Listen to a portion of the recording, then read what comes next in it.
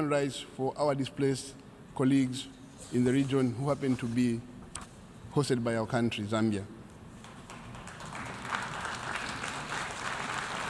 Mr. President, my government attaches great importance to the needs and welfare of all, with a particular focus on women, children, and the youth.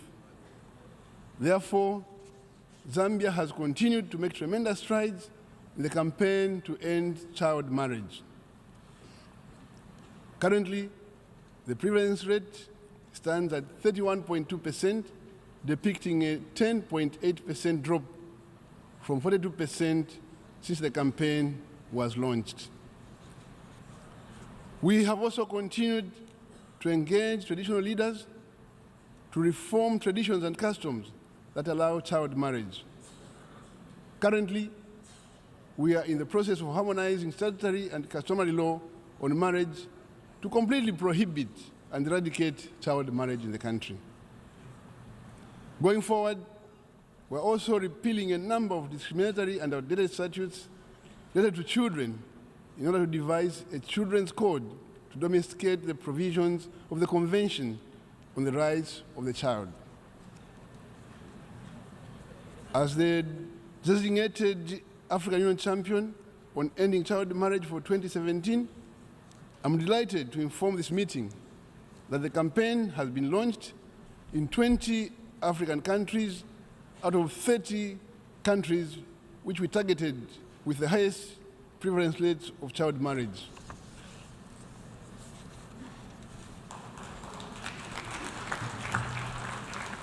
The launch programs are essential to enhancing advocacy against child marriage at national level.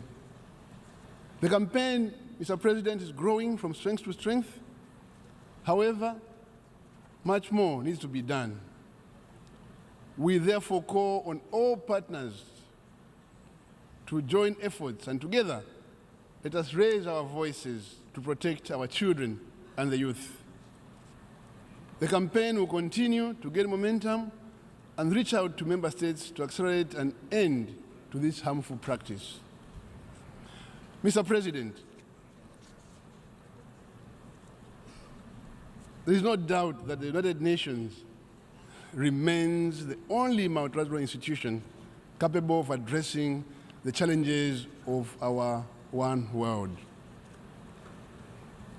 The world looks up to this body to encourage dialogue on global challenges in an inclusive manner. This, Mr. President, is the only practical way in ensuring meaningful and effective international cooperation.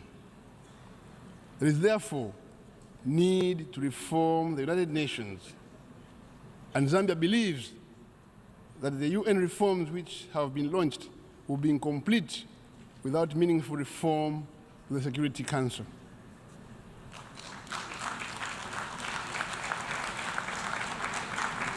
It is our hope that the reforms will make the Security Council more representative, democratic, and accountable to all member states, irrespective of status.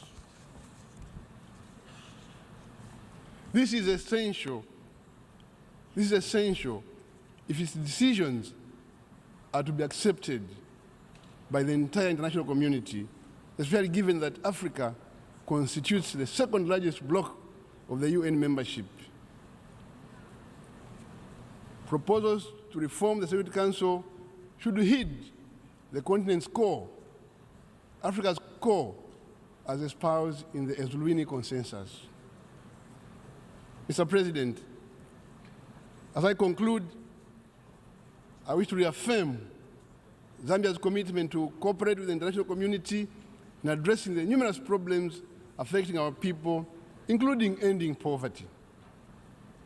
We should not miss the opportunity to do what we can to make the world a better place for all of us to live in. I thank you.